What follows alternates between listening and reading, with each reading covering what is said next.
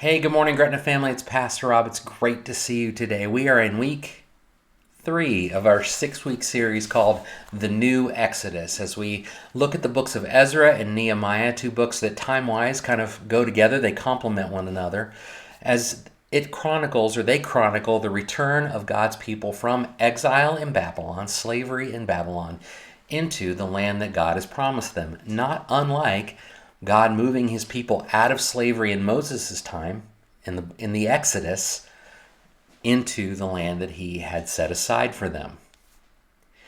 The first week we talked about God as a promise keeper, and we embraced the fact that God, though he keeps absolutely every promise he makes, the challenge that we have as humans is that he doesn't always keep it in the time or the way that we would want him to or expect him to. And that can be very, very difficult. But the people of God here had to embrace that truth. They had to embrace the reality that God was going to call them back. And when he did, the Spirit would rouse those who needed to answer the call and take them back to Israel, back to their homeland.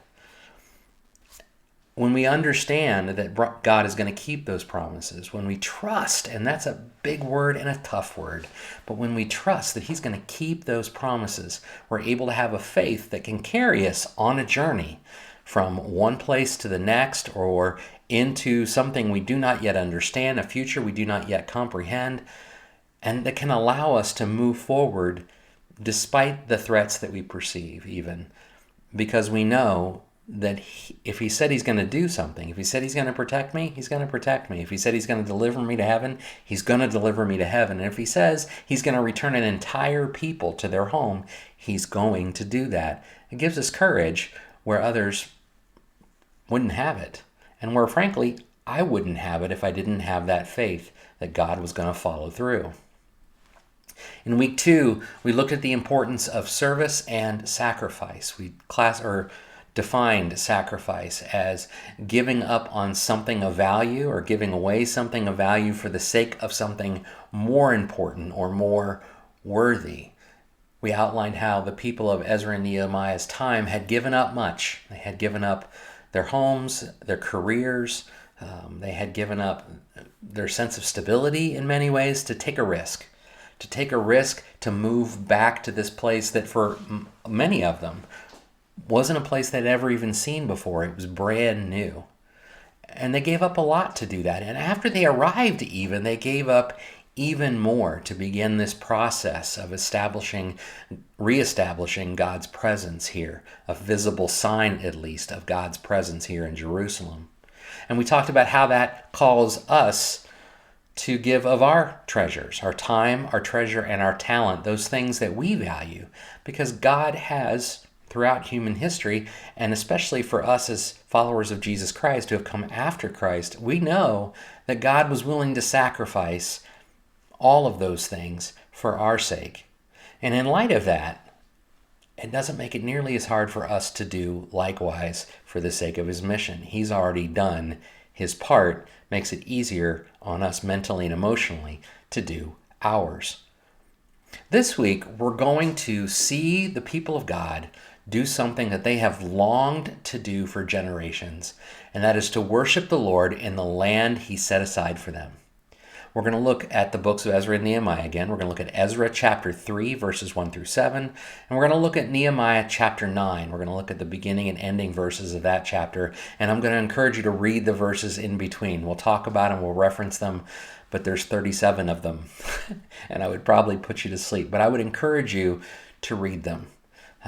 They are prayers of strength and repentance, and they will move and change your heart just as God's word should. But we're going to begin in the book of Ezra, Ezra chapter 3, verses 1 through 7. I'm going to read out of the Christian Standard Bible. And remember, this is 10 years before Nehemiah, give or take. But as I read, it says this: When the 7th month arrived and the Israelites were in their towns, the people gathered as one in Jerusalem.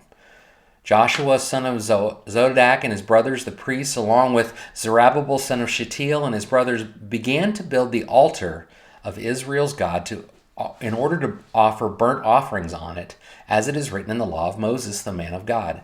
They set up the altar on its foundation and offered burnt offerings for the morning and the evening on it to the Lord, even though they feared the surrounding people. They celebrated the festival of shelters as prescribed and offered burnt offerings each day, based on the number specified by the ordinance for each festival day. After that, they offered the regular burnt offerings and the offerings for the beginning of each month and for all the Lord's appointed holy occasions, as well as the free will offerings brought to the Lord. On the first day of the 7th month, they began to offer burnt offerings to the Lord, even though the foundation of the Lord's temple had not yet been laid. They gave money to the stonecutters and the artisans, and they gave food and drink and oil to the people of Sidon and Tyre, so they would bring cedar wood from Lebanon to Joppa by the sea, according to the authorization given them by King Cyrus of Persia. So my tongue got tied up a few times on the word offer or offering. It's in there many times there. And that should draw us back to last week's message on sacrifice. Those offerings, as much as we don't like to think about it, were the sacrifice of animals. They were blood sacrifices designed to cement their relationship with God, to be done as a form of repentance, to be done as to pay a price, to give up something valuable of their own for the sake of their relationship with God. But the other word I want to focus on here today is the altar. This is one of the first times we see it in these books. But the altar shows up in the Old Testament, or that term shows up 401 times over the course of the Old Testament. And in the book that Ezra and Nehemiah have some similarities to, the book of Exodus, it shows up 53 times at seminal, important events in the lives of God's people. The first time it shows up in the book of Exodus is Exodus Chapter 17. It's right after the people of God have had a battle and defeated King Amalek and the Amalekites, somebody that they did not believe they could beat on their own, and truthfully, they couldn't have. It's a battle led by Joshua, but overseen by Moses and the Lord himself. Moses is standing up on a hill watching the battle below as Joshua is leading it. And as he raises his hands to the Lord, as he lifts up the name of the Lord, they are winning the battle. But as the day goes on, as it would for you and me too, his hands are in the air, they're getting tired, and they begin to drop, and they get lower and lower. And as they get lower, they begin to lose the battle. And so Moses' brother Aaron and his cousin Hur, they grab Moses' arms and they hold them in the air for him. And as long as they're able to keep them in the air, they are winning the battle. They are winning the battle because they are calling actively upon the Lord and because the Lord is being lifted up. And isn't it interesting that even there, even Moses, the one that God had chosen to lead his people, needed the help of others to fulfill the call that he had on his life. Keep that in mind. We need one another to fulfill the call that God has on our lives. But they win the battle because they are calling on the name of God. And then in chapter 17, verse 15 of Exodus, it says this, "And Moses built an altar," and this is so cool, "and named it, 'The Lord is my banner.'" The Lord is my banner. Here in Ezra, as they're building the altar, this is the vision that they're having. They are lifting up God's banner even before the victory was complete. Unlike Moses' time, where they waited till the end before they built this altar, they're building in the midst of the battle. They're standing there building it in the midst of the battle.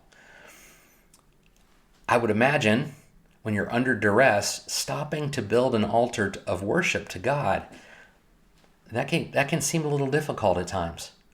You feel like you don't have time for that right now. You just have to trust that God is going to get you through. But I would say that's not the example we see here. I would say the example we see here is that we need to stop and take time to worship God. It says they did so in verse 3, even though they feared the surrounding people. Right? That idea that despite the fact that there was fear and threat of death, because building the altar right there on a hill in Jerusalem for all these peoples to see that we're not the people of God really just made them madder, because they didn't want them there to begin with, right? It just made them angrier. And So despite that, they're saying, no, we're here to worship our God. We're here to reestablish his presence in Israel as he has promised he will help us do. Other translations, the NASB, for example, doesn't say even though they feared God. It says for they feared the Lord, or for they feared the surrounding people. That was less about doing it despite their fear, but doing it because of their fear. They're motivated by the reality that if they're going to get through this difficulty and this challenge, they need to worship their God. They need to lean into him. Regardless, it is the presence of fear, and in that presence that they worshiped God. They lifted God's banner for all to see. They valued and placed a high value on worship of him. It is the reason they built those altars. It says in verse 2, it says they began to build the altar of God, Israel's God, to be separated or divided from Babylonian gods or the gods of the Samaritans or Israel's God. It's important. Their God, not a different one. It says in order to offer burnt offerings, they did it in order to worship God, as it is written in the law of Moses, the man of God. They are doing it in the presence of God in Jerusalem, and they are doing it together. They're not simply doing it in their own homes. They are choosing to do it together. It's again, just as we talked about with Moses, him needing his brothers to hold up his arms so he could fulfill the command that God had for him. They needed to be together to fulfill God's call to worship and to rebuild, because that is what they're there to do. But they're doing it on a new altar. It doesn't say they used the altar from before. It says they laid the altar on its foundations. They built a new altar.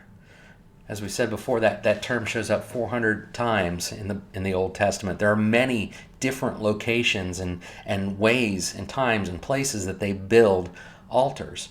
In Exodus 17 that we just read about, they built that altar in the city of Rephidim. It's nowhere near Jerusalem. But they built it because that is where God had been victorious for them. And that is where they wanted to remember, and that is where they wanted to say thank you by making an offering to him after the battle was won.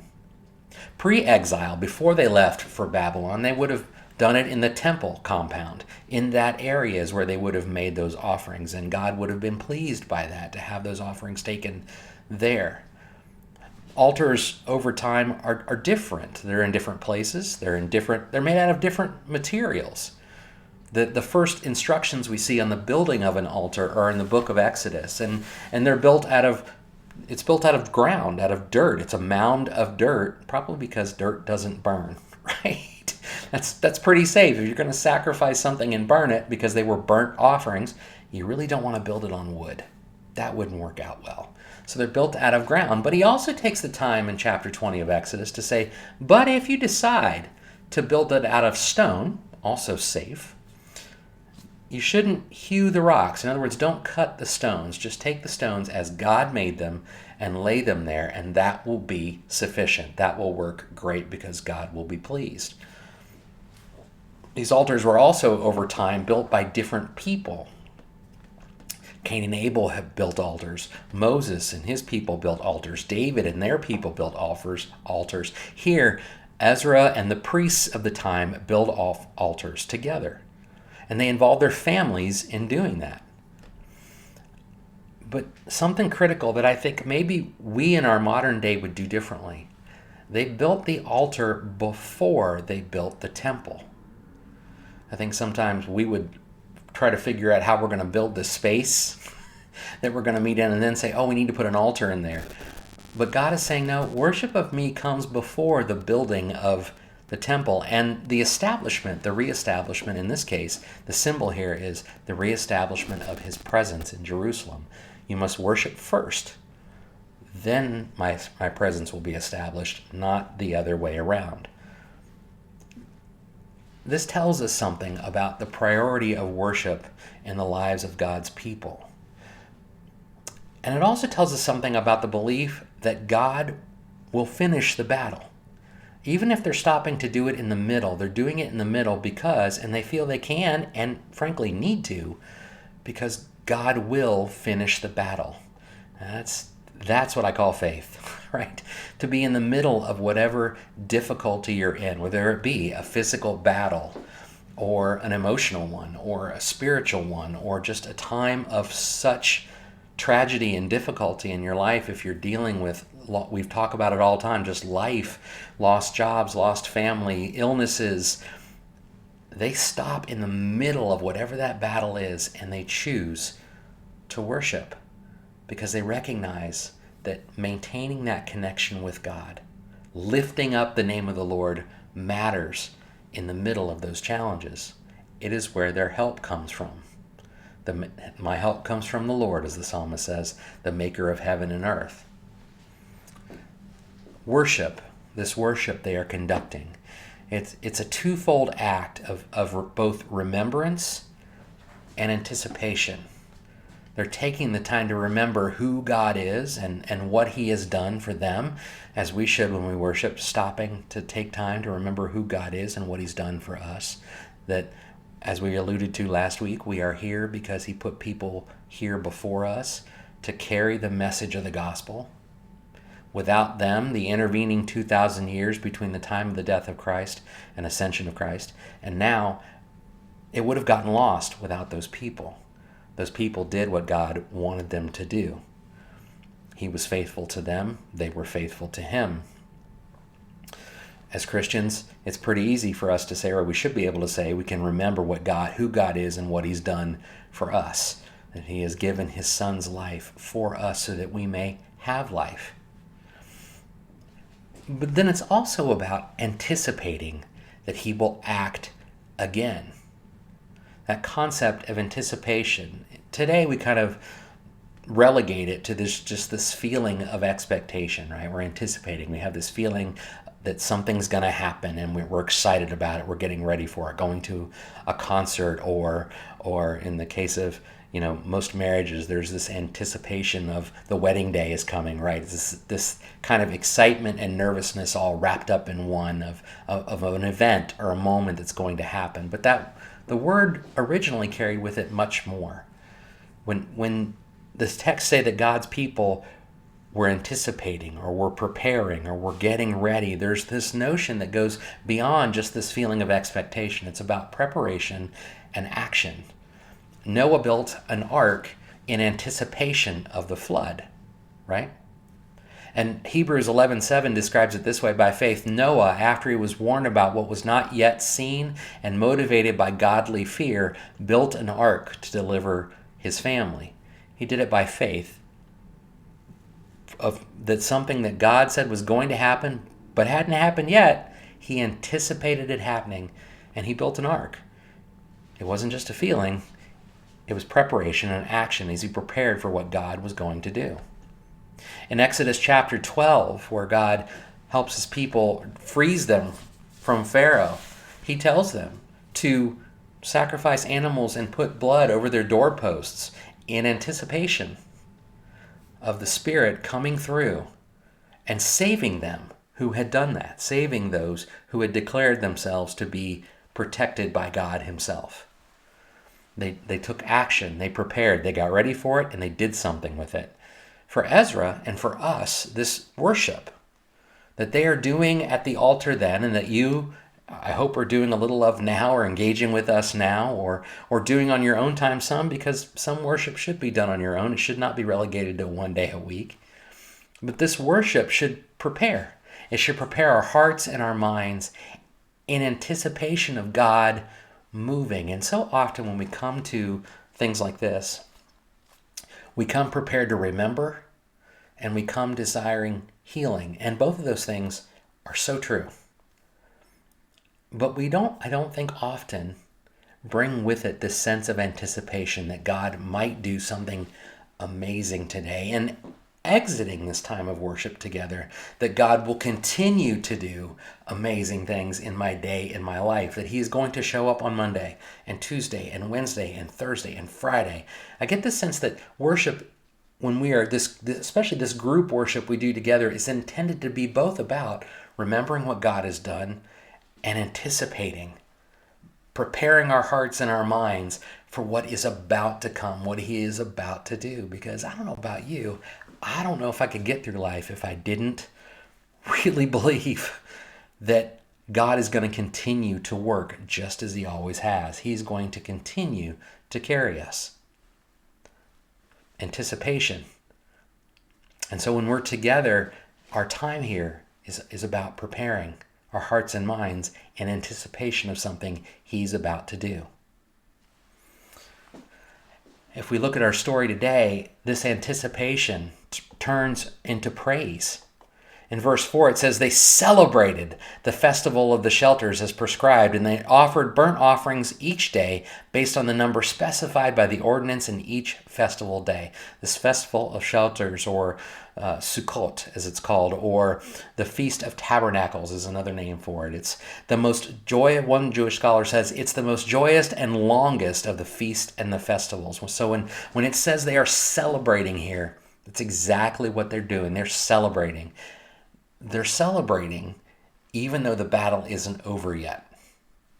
Seems kind of crazy, right? The coach at the football game, if you if you took your football coach and poured Gatorade on him at halftime before the game was over, he would probably get mad. He'd be like, what are you doing? We're not done yet.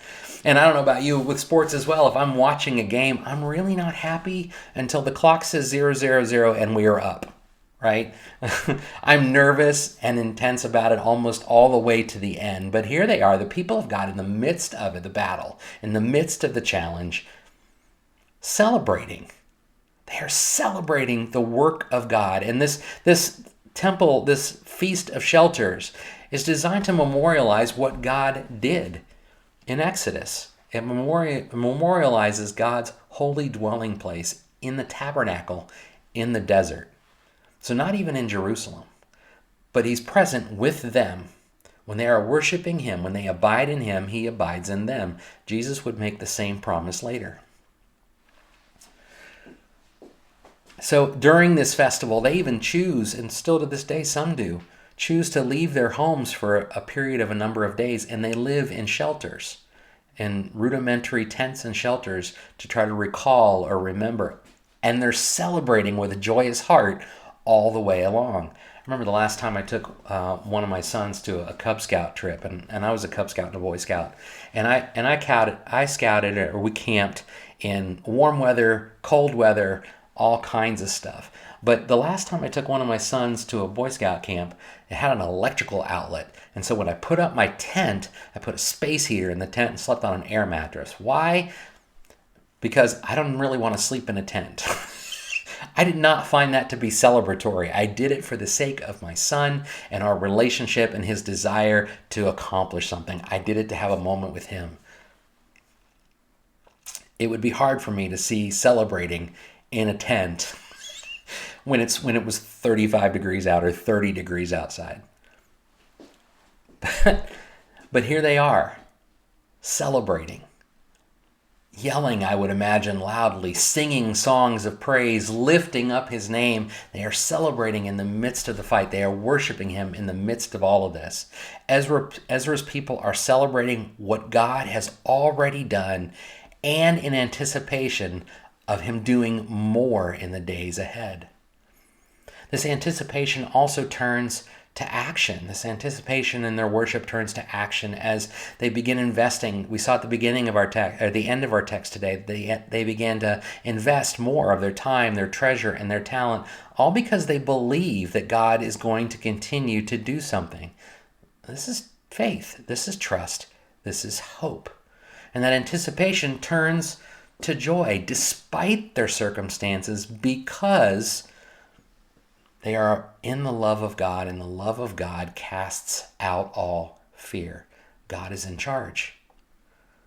And so there's this notion of them being full, not just worshiping because they have to, but worshiping because they need to, because they genuinely believe this is part of what it means to be a follower of God, and that it genuinely brings a smile to the face of God, and it genuinely is required for them to move forward, to remember both the things that God has done and to anticipate that he's going to do so much more. It has great value to them.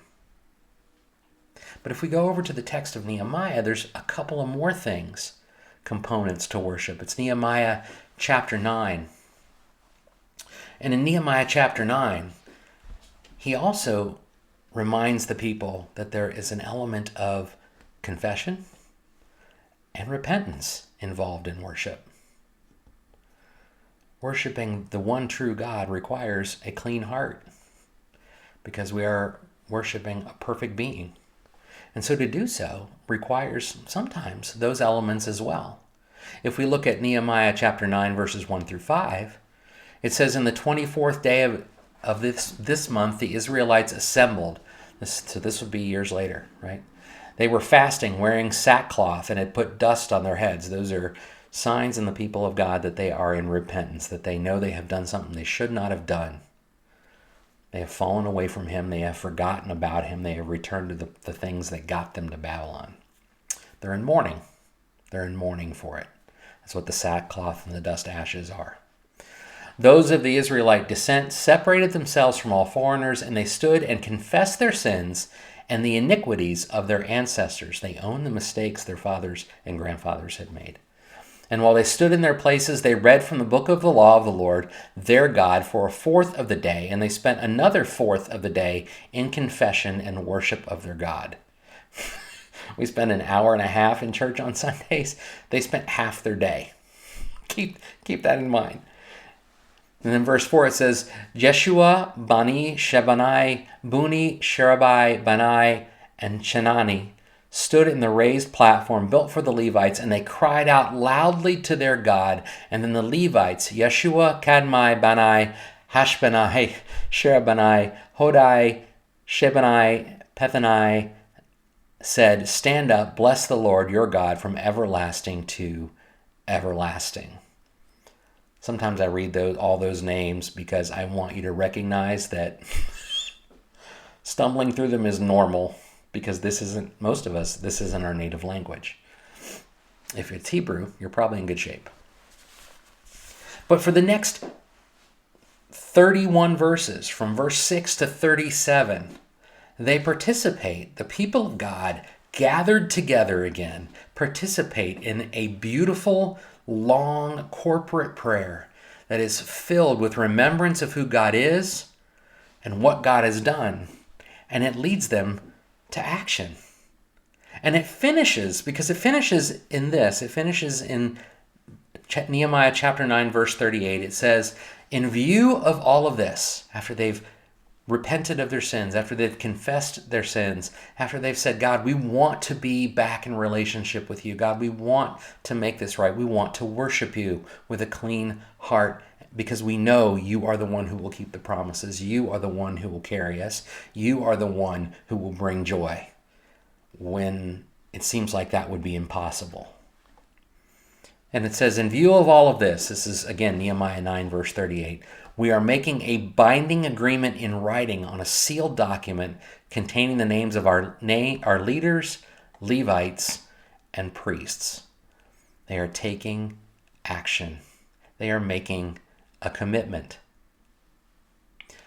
Ultimately, isn't that one of the ultimate forms of worshiping God? Making a commitment. Making a commitment to what he is calling you to.